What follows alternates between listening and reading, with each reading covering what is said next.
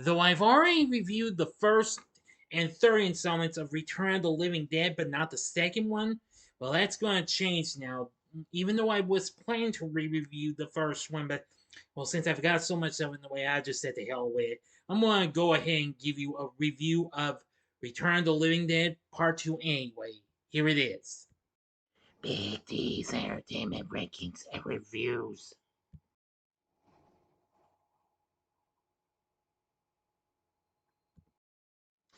So, greetings, my fellow YouTubers, and welcome to Big D's Entertainment Rankings and Reviews.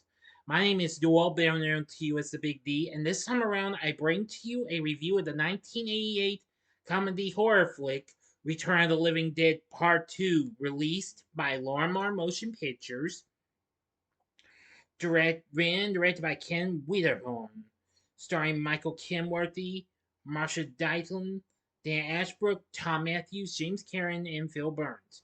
The first of four sequels to Return of the Living Dead. While this wasn't as big as well received as its predecessor, it was a minor box office success though. Now, if you didn't see my review of the first one, which I did like 4 years ago, because again, I was planning to re-review that, but I said again, I said to hell with it. I'm gonna go ahead and give you the second film anyway.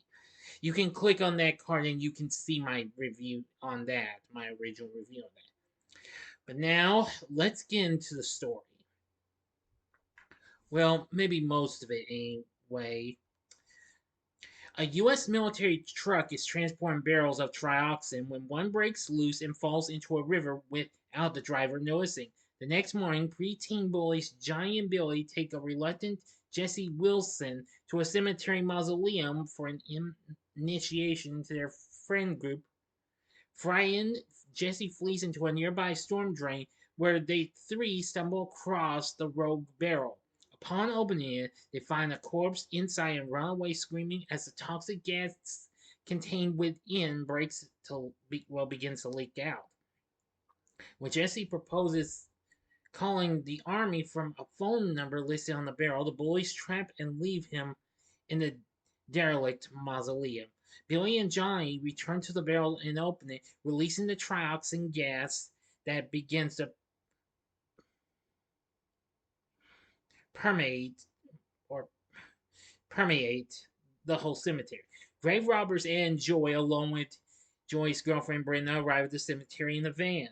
While Brenda stays behind in the van, Ed and Joy open the mausoleum to loot the tombs within, allowing Jesse to run home. Meanwhile, acid rainfall causes the trioxin to begin seeping into the ground, reanimating the corpses.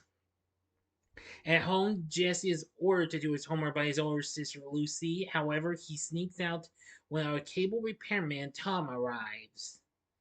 Jesse goes to Billy's house where Billy has fallen ill, suffering from the effects of trioxin. Billy warns Jesse not to tell anyone what they found.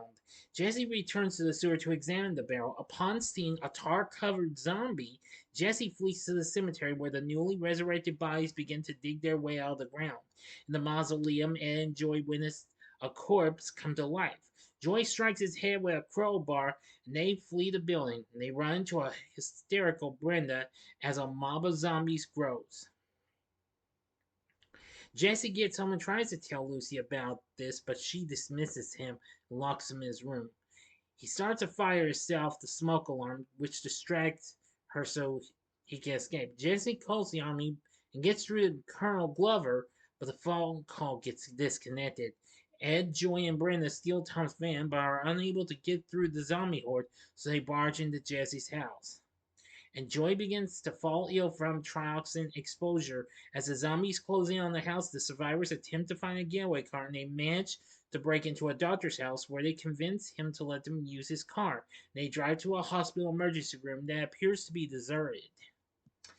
Well, now you can figure this out and what have you.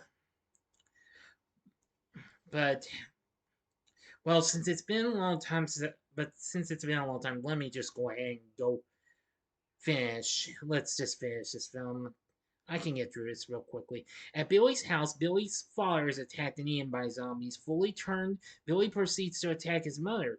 Elsewhere, Tom, Lucy, and Jesse drive through the town which has apparently been abandoned, to Lucy and Jesse's grandfather's house, where they arm themselves with guns. They return to the hospital where Ed and Joy are experiencing symptoms of rigor mortis.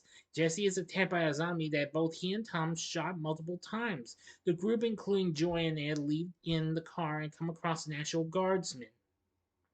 A fully zombified Ed attacks and kills one of the soldiers, causing his squad mates to flee. Brenda drives away with Joy, leaving Ed behind. Brenda is attacked by a zombified Joy and willfully lets him cannibalize her. Now, I'll go to the ending. You got 5 seconds to subs video. Go to description box below. Fast forward to the time below. And if you've seen this movie already, as I'm counting down, you may continue. Okay, you've been warned. Fleeing in a stolen ambulance, the survivors come to a roadblock and the National Guard opens fire on them, thinking they are zombies. Realizing that the whole town has been evacuated, Tom drives them to a meatpacking plant, and they take a truck and distribute the brains out of the back as they drive to a power plant, intending to electrocute them all. Billy opens the gate and zombies corner them into the truck. Jesse activates the plant's power, electrocuting all the zombies. Billy tries to kill Jesse, but Jesse pushes him into a large transformer, killing him. Glover and his men arrive to contain the scene and lead the others away. End of story. Okay, so I gave it all to you. I mean, this was, well, a minor success. So I just said to hell. So again, the hell way I give you the story anyway. So what did I think of Return of the Living Dead Part 2? Well, I think it's fine all. It now I agree. Some people have said this is a rehash of the first film. Well, it's sort of. I kind of think it's a semi rehash. Kind of makes you feel like you're seeing the first film all over again, but except in a different place, though. Now, then, we have James Karen on board as Ed, and Thom Matthews. You may remember him from Friday the 13th, Part 6, Jason Lives. And he recently played Freddy in the first film, but of course, his character's different. And well, more recently, I just learned that Matthews recently returned to face Jason again in the new Never Hike Alone 2, which I heard about. I'll look into that sometime since I've already checked out the first one. He plays Joy. He's not too bad. Marsha Dietlein plays Lucy, and she's not too bad. Dana Ashbrook played Tom, not bad. Michael Kenworthy, as he's introduced in this film, plays Jesse. He's not too bad. We have Phil Bruns playing Doc and Suzanne Snyder playing Brenda. Well, I am going to say they're not too bad. I mean, following the success of the first film, the producer opted to personally bankroll the sequel, believing it to be a safe investment, having been inspired by the successful sequelization of other works such as Friday the 13th. Well, and while producer Tom Fox initially wanted the sequel to be played as a straightforward horror film, the director wanted to increase the amount of humor that was seen in the prior, which he allowed. So he stated his intent with the film was to make a long-lasting horror series much like Friday the 13th. James Karen also did appear in the first film as well, because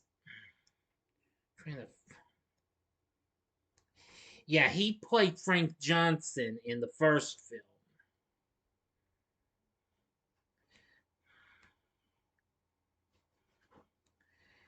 Anyway, now, like in the previous film, their characters gradually devolve into zombies after being exposed to the gas.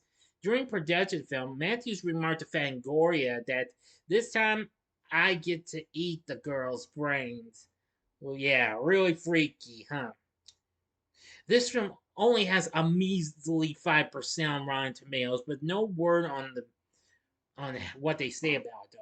The film went on to make $9 million in the U.S. against its $2 million budget. It got released on physical media in well, on DVD, it got released in 2004, containing a heavily altered soundtrack. Yes, just like the first film, they had issues with the music and what have you. Island Records released the soundtrack.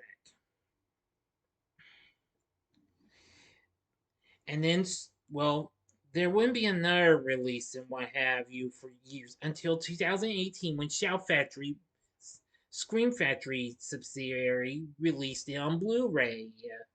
Containing a new 2K scan of the interpositive plus a bunch of new special features that were not on the DVD.